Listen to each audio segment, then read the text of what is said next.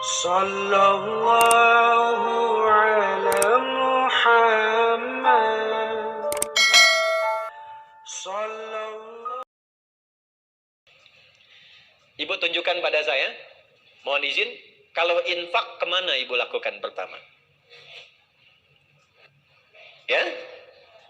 Keluarga, siapa lagi? Halo? Baik, tahan sebentar, sudah cukup. Ya, tahan sebentar, pelan-pelan. Kalau sudah ada harta dan sudah paham Allah berikan lebih, maka keluarkan ayat-ayat terkait bimbingan harta. Selain zakat yang 8 golongan, Quran surah ke-9 ayat ke-60 itu, ada infak.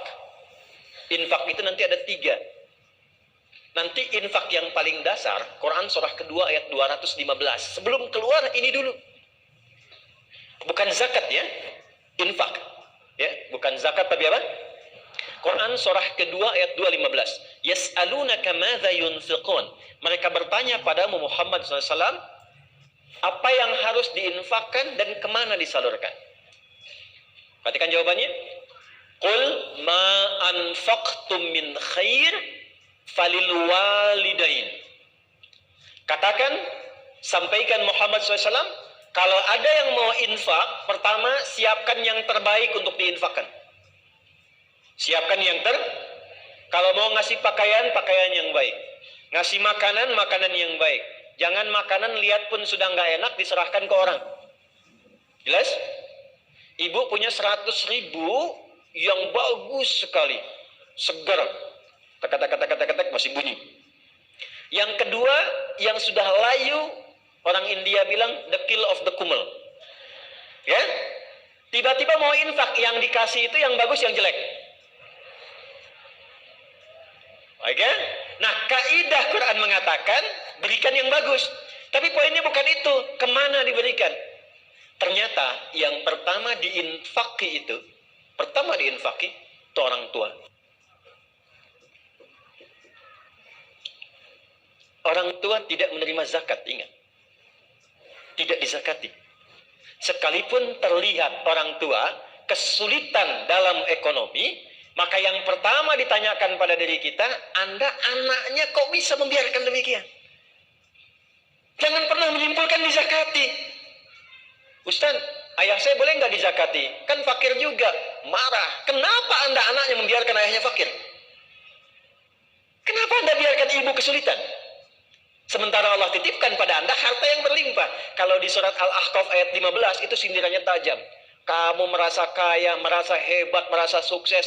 Padahal 70% dari saham kesuksesan itu adalah tangisan ibumu yang saat kamu masih kecil memohon kepada Allah di malam hari. Jangan jadikan anak saya seperti saya, ya Allah. Tinggikan derajatnya, banyakin ilmunya, nyamankan tidurnya. Padahal bapakmu yang peluh keringatnya itu yang saat mencangkul di sawah. Serabutan bekerja. Sekarang kami simpulkan itu karena jasamu. Karena kerja kerasmu. Karena itulah ketika seseorang sukses, bahkan usia 40 tahun, itu langsung dibimbing oleh Allah supaya tidak lupa dengan bagian pertama ini. Doanya langsung di Quran surah ke-46 ayat 15. Rabbi auzi'ni an ashkura ni'mataka allati an'amta alayya wa ala walidayya. Itulah sebabnya kenapa orang tua diikutkan di situ. Orang tua sudah meninggal, tidak putus infak. Sebentar lagi mau kurban. Boleh berkurban. Ya, di atas namakan yang telah wafat boleh. Boleh. Ya. Dan itu sudah banyak hadisnya tentang itu. Kemudian misalnya, alhamdulillah saya punya uang 50.000. Apa yang paling mudah dilakukan? Beli mushaf misalnya. Kasih ke penghafal Quran. Niatkan kepada Allah untuk berbakti kepada kedua orang tua. Itu setiap dibacakan ngalir pahalanya. Jadi berbuat baik pada orang tua itu selalu cepat dijawab oleh Allah. Jadi kalau ibu ingin menerjemahkan amalan Sayyidah Khadijah dengan hartanya, kalau beliau dulu punya Nabi, sekarang kita bawa ke tingkat tertinggi yang diletakkan pengabdiannya setelah ibadah kepada Allah. Quran surah 17 ayat 23. Wa qadha rabbuka alla ta'budu illa iyyahu wa bil walidaini ihsana. Makanya Ibnu Abbas radhiyallahu taala anhuma, beliau sampai berfatwa begini, saya tidak melihat amalan terbaik yang bisa dilakukan untuk mendapatkan rahmat Allah atau kama qala kecuali birrul walidain. bakti pada orang tua. Sekalipun sudah meninggal, tetap muliakan, minimal dengan doa. Masih ingat kan doa yang melahirkan jariyah? Waladin salihin yada'u. Doa anak soleh. Nah, sepanjang masih hidup, ibu jangan simpulkan, saya rasanya belum solihah. Kalau begitu jadi solihah. Dekati Allah. Dekati Allah.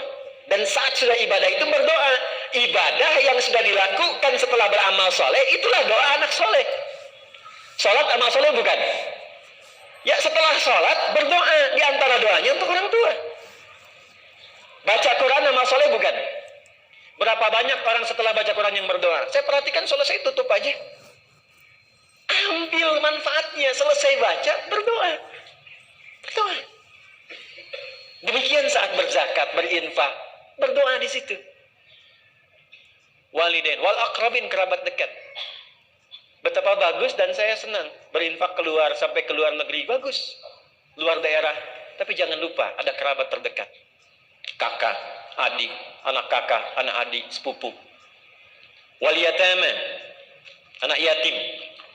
Anak yatim itu ditekankannya pakai infak. Walaupun dia kaya, nggak apa-apa. Datangnya nggak harus bawa uang, bawa hadiah yang menyenangkan dia. Ketika dia senang, berdoa. Bukankah anak yatim itu dekat dengan perhatian Nabi? Ya kan? Anak yatim itu dekat dalam pemeliharaan Allah. Fa'ammal yatima fala taqhar. Allah perhatikan dia. Jadi kita narik perhatian Allah melalui kebaikan pada anak yatim. Begitu ada harta, kunjungi. Kalaupun saudara meninggalkan yatim, ada anaknya, dan dia kaya, nggak harus bawa uang. Mungkin 1 juta nggak ada apa-apanya buat dia. 1 miliar nggak ada harganya karena hartanya triliunan misalnya. Tapi 1 mobil-mobilan mungkin berkesan tuh anak itu. Ketika dia merasa bahagia dan senang, Allah pun memberikan taufiknya dan datang kemuliaannya kepada keluarga itu. Wal masakin, orang miskin yang kelima, wabnis sabil, yang kesulitan dalam perjalanan, termasuk itu anak-anak yang sekolah. Kenapa nggak ibu bikin program beasiswa? Biaya SPP-nya. Lihat, itu tinggi nilai di hadapan Allah Subhanahu wa taala.